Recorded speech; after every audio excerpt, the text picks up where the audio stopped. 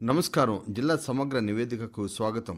ఈ కార్యక్రమం ద్వారా ఆయా జిల్లాల్లో అభివృద్ధి కార్యక్రమాలు, సంఘటనలు తదితర విషయాల గురించి మనం తెలుసుకుంటున్నాం. ప్రస్తుతం నిజామాబాద్ జిల్లా నుంచి మా ప్రతినిధి లక్కాకుల శ్రీనివాస్ గారు అందుబాటులో ఉన్నారు. వారిని అడిగి మరిన్ని వివరాలు తెలుసుకుందాం. నమస్కారం శ్రీనివాస్ గారు. నమస్కారం అండి. నిజామాబాద్ జిల్లాలో ఇటీవల చోటు చేసుకున్న ముఖ్య పరిణామాలు ఏమిటి? నిజామాబాద్ జిల్లాలో ఇటీవల పలు సంఘటనలు చోటు చేసుకోవడం జరిగింది. ఎన్నికల వాతావరణం నేపథ్యంలో ఎన్నికల కోడ్ అమలు ఉండడంతో అధికారులు అయితే పకడ్బందీ చర్యలు చేపట్టడం జరిగింది. ప్రధాన రాజకీయ పార్టీలు కూడా పార్లమెంట్ ఎన్నికలకు సంబంధించి తమ అభ్యర్థులను కూడా ప్రకటించడం జరిగింది. ఆయా అభ్యర్థులు ప్రచారాన్ని కూడా ముమ్మరం చేస్తున్నటువంటి పరిస్థితి కనిపిస్తుంది. ఇప్పటికే ఓటర్లను ఆకట్టుకోవడానికి పలు ముమ్మర ప్రచారాన్ని కొనసాగిస్తున్నారు. జిల్లాలో 10వ తరగతి అదేవిధంగా ఇంటర్మీడియట్ పరీక్షలు కూడా ప్రశాంత వాతావరణంలో జరిగాయి. జిల్లాలో త్రాగునీటి ఎద్దడి నివారణకు అధికారులు తీసుకుంటున్న చర్యలు ఏమిటి?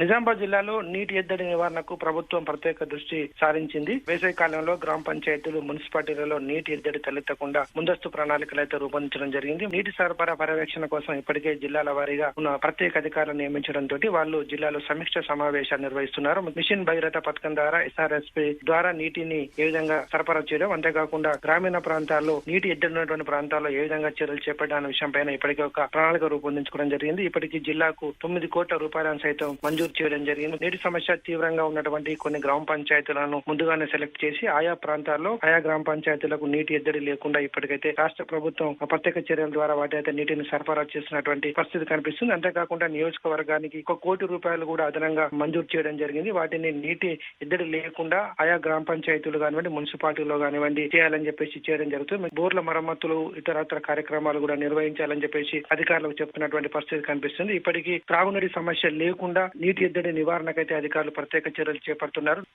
జిల్లాలో ధాన్యం కొనుగోలు వివరాలు ఏమిటి?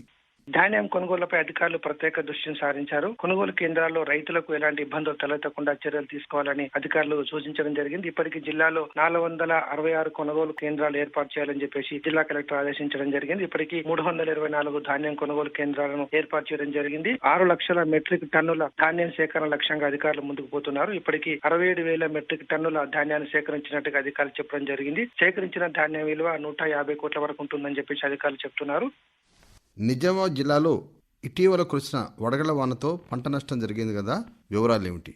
ఇటీవల నిజామాబాద్ జిల్లాలో 3 రోజుల పాటుగా వడగళ్ల వానతోటి రైతులు ఇబ్బంది పడేటువంటి పరిస్థితి ఏర్పడింది. జిల్లాలో 1726 ఎకరాల్లో పంట దెబ్బతిన్నట్లుగా అధికారులు గుర్తించడం జరిగింది. ఆ గుర్తించినటువంటి ప్రాంతాల్లో వ్యవసాయ శాఖ అధికారులు క్షేత్రస్థాయిలో అయితే పర్యవేక్షిస్తున్నారు. ఏ పంట నష్టపోయింది, ఎంత మేర నష్టపోయింది అనే వివరాలను కూడా సేకరించి ఉన్నతాధికారులకైతే నివేదికను సమర్పించినటువంటి పరిస్థితి కనిపిస్తుంది. వరి, బొప్పాయి, మామిడి, మునగ, సోరకాయ పంటలకు సంబంధించి ఎక్కువగా నష్టం జరిగినట్టుగా అధికారులు గుర్తించడం జరిగింది.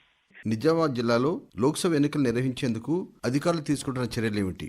రానున్న పార్లమెంట్ ఎన్నికల నేపథ్యంలో నిజామాబాద్ జిల్లాలో ఎన్నికలను ప్రశాంతమైన వాతావరణంలో నిర్వహించేందుకు జిల్లా కలెక్టర్ అదేవిధంగా జిల్లా ఎన్నికల అధికారి ఇప్పటికే పర్యవేక్షణ చేపట్టడం జరుగుతుంది. జిల్లాలో ఉన్నటువంటి సమస్యాత్మక పోలింగ్ కేంద్రాలను ముందుగానే గుర్తించి అక్కడ ప్రశాంతమైన వాతావరణం ఎన్నికలు నిర్వహించేందుకు ఇటు పోలీసు అదేవిధంగా రెవెన్యూ ఇతర శాఖల సిబ్బందితో కూడా సమన్వయం చేయడం జరిగింది. ఇప్పటికీ పోలీసులు కూడా మారుమూల ప్రాంతాల్లో ఉన్నటువంటి పోలింగ్ కేంద్రాల వద్ద ప్రత్యేకమైనటువంటి ఏర్పాట్లను కూడా చేస్తున్నటువంటి పరిస్థితి కనిపిస్తుంది. ఎవరైతే ఓటు హక్కుకు రాని వ్యక్తులు ఎవరైతే ఉంటారో వాళ్ళను వృద్ధులు ఉంటారో వాళ్ళ ఇంటి వద్దనే ఓటు వేయడానికి అయితే అధికారులు చర్యలు తీసుకుంటున్నారు. దివ్యాంగులకు అదేవిధంగా యువతకు కూడా ప్రత్యేకమైన పోలింగ్ కేంద్రాలు ఏర్పాటు చేస్తున్నట్టుగా అధికారులు చెప్తున్నటువంటి పరిస్థితి కనిపిస్తుంది. ప్రశాంతమైన వాతావరణంలో ఎన్నికలు నిర్వహించేందుకు అధికారులు అనేక రకాల చర్యలు చేపడుతున్నారు. గతంలో జరిగినటువంటి అవకతవకను దృష్టిలో పెట్టుకుని రానున్న ఎన్నికల్లో అలాంటి ఏవి జరగకుండా అధికారులు నిర్వహణ కొనసాగుతుంది. ఎన్నికల కోడ్ ఉన్నటువంటి నేపథ్యంలో ఇప్పటికీ జిల్లాల సరిహద్దులో కూడా చెక్ పోస్టులను ఏర్పాటు చేయడం జరిగింది. వచ్చిపోయే వాహనాలను కూడా ముమ్మర తనిఖీలు చేస్తా ఉన్నారు.